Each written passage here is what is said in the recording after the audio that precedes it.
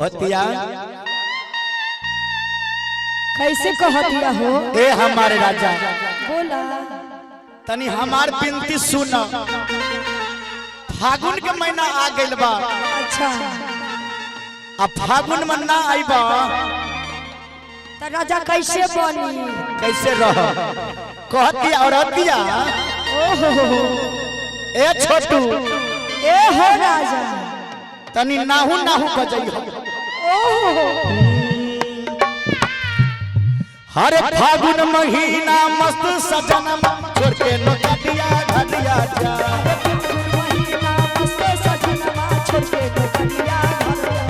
अरे फागुन महीना मस्त सजन छोड़ के नौकरिया घरिया जा।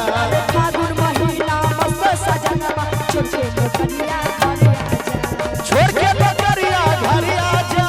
छोड़ के नौकरिया घरिया जा। छोड़ के नौकरिया घरिया जा। उड़ाई दा हो होली में उड़ा दिए जी गर्दा छोड़ा की कहले शंभू जी। फागुन महीना फागुन महीना मस्त सजन छोड़ के नौकरिया। एक मिनट अहाँ गलती करिए कि सही करिए? हम बिल्कुल सही कहलो। अहाँ सजनी छिए। यहाँ मेल फीमेल है। कहिए कहिए कहिए।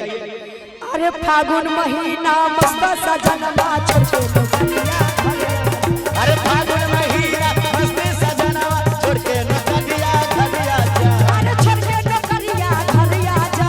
छोड़ के नौकरिया घरिया जा। छोड़ के नौकरिया घरिया जा।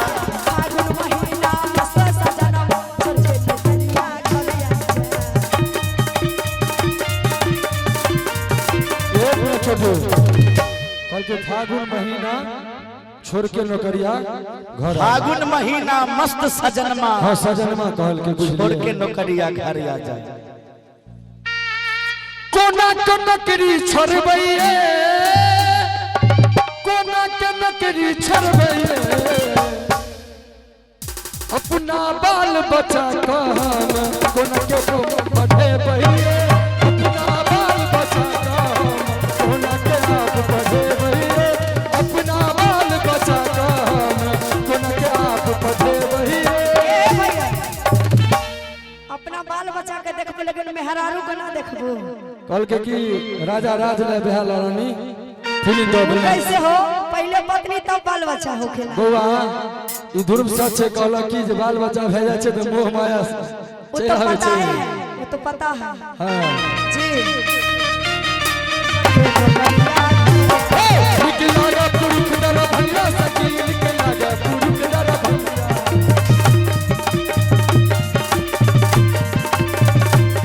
निक लागा पुरुष दर भंगा हो।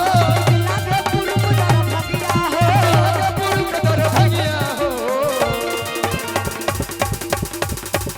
तनी यहाँ से ताली दियो तब मजा आए निर्भय बाबू। निकल आगे पुरुष दर भगिया।